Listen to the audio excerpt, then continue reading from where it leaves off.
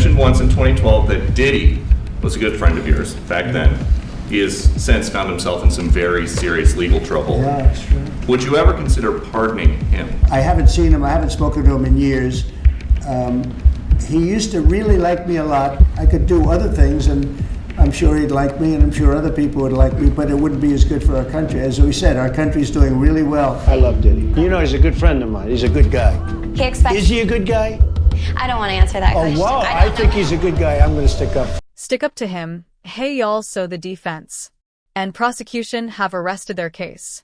But Diddy just seems a little bit too cool about this whole case. I mean, he's been extra calm while the feds are closing in because word in the streets is he's already lining up a presidential pardon. The details of how he pulled this off crazy work. See now, while everybody's been caught up in the raids and lawsuits, Diddy's been moving low, making calls and working his connections in DC, and now a court insider is spoiling exactly how he plans to get out of this mess. But here's the wild part. It's not about proving that he's innocent. No, this is about power favors and quiet deals happening behind the scenes. So how did he manage to flip this whole situation to his advantage? Well, who's helping him walk in that pardon? Let's get into it. See, everybody thought that the feds had cornered the raids, the evidence, the lawsuits. It was looking like an open and shut case. So when they started quietly dropping some of these charges, yeah, that raised a whole lot of eyebrows. But here's the thing, the feds don't just backpedal for no reason, and according to a court insider, this whole thing is way deeper than people think. Word is that Diddy's been playing chess behind the scenes, and the real reason these charges are disappearing is it's all a part of a setup to lock him in a presidential pardon without making it obvious, of course. And trust me, once you hear the details of how this deal went down, allegedly, it will definitely make more sense. But before we get into that, we got to take a minute to talk about the feds dropping these charges. You mentioned once in 2012 that Diddy was a good friend of yours back then. He has since found himself in some very serious legal trouble. Yeah, that's true. Would you ever consider pardoning him? I haven't seen him. I haven't spoken to him in years.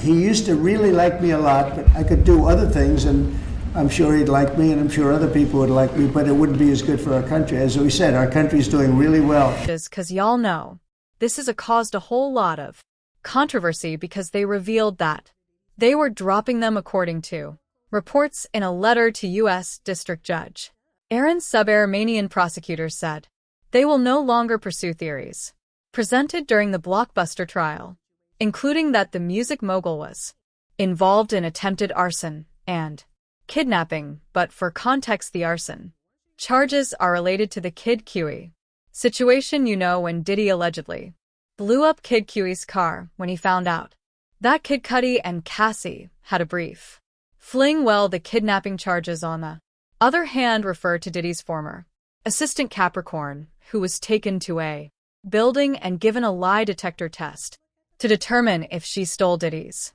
jewelry and Cassie when she was allegedly held at the London hotel. Now, y'all already know that Capricorn, Cassie, and Kid Cudi all aired Diddy out during the trial. The testimonies were wild, the evidence was stacked, and everybody thought that the feds had this case locked in. But then, out of the nowhere, they pulled a stunt, telling the judge they were dropping the charges, and get this, they did it right before closing arguments, and when they were supposed to be wrapping this thing up. Now the whole internet's been side-eyeing the situation, wondering what's really going on behind the scenes. But hold up, wait a minute, because it gets even shadier. The second backlash hit, prosecutors switched up the story, saying that they were not dropping charges, just simplifying things. And according to TMZ, prosecutors are not dropping the various sex trafficking charges, only elements of them, and specifically aiding and abetting. Yes, so simplifying or setting up the perfect excuse for getting to slide up with the presidential pardon. Now, let me show y'all how deep this actually runs. CA, former federal prosecutor who has been closely tied to this case, mistakenly let it slip that the government was cleaning things up during the trial, he said, in order to avoid having the jury distracted by this lack of proof. They are asking that the jury not consider those acts anymore. It's a partial victory for the defense, and the prosecution is conceding they didn't submit enough proof. It's an effort by the government to clean things up, but are they just cleaning it up, or are they just working on a ploy to get Diddy out of this mess? Because think about it, if you were on the jury and you knew that they were dropping things because of lack of proof, I don't know, it's giving reasonable doubt. Well, according to a court insider, the real plan going on behind the scenes is to give Diddy a full presidential pardon, but let's not act like it's all brand new. Like Day doesn't have political connections that run way deeper than people realize, because he has always been around politicians for as long as we can remember. Oh, and y'all want to guess who one of his closest political allies is? Donald Trump. That's who. Now, he kept it low-key when it didn't benefit him, but let's not act like this presidential. Absolutely. I love Diddy. You know, he's a good friend of mine. He's a good guy. He expects. Is he a good guy?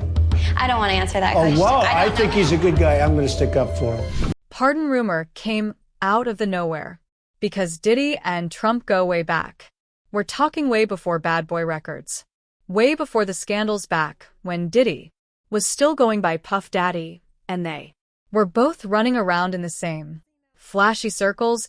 And to prove that they were good friends, I'm about to show you a video where Trump said that he would always stick up for Diddy no matter what. Hey y'all, so the defense and prosecution have both rested their cases, but Diddy just seems a little too calm about everything. I mean, the feds are closing in, yet he's moving like he's already 2 steps ahead. Word on the street? He's quietly working on securing a presidential pardon. Now here's where it gets wild. While everyone's been caught up in the raids, lawsuits, and headlines, Diddy's been moving low, making calls, and working his powerful DC connections. And now, a court insider is spilling how he allegedly plans to slide out of this mess. But here's the kicker. It's not even about proving his innocence.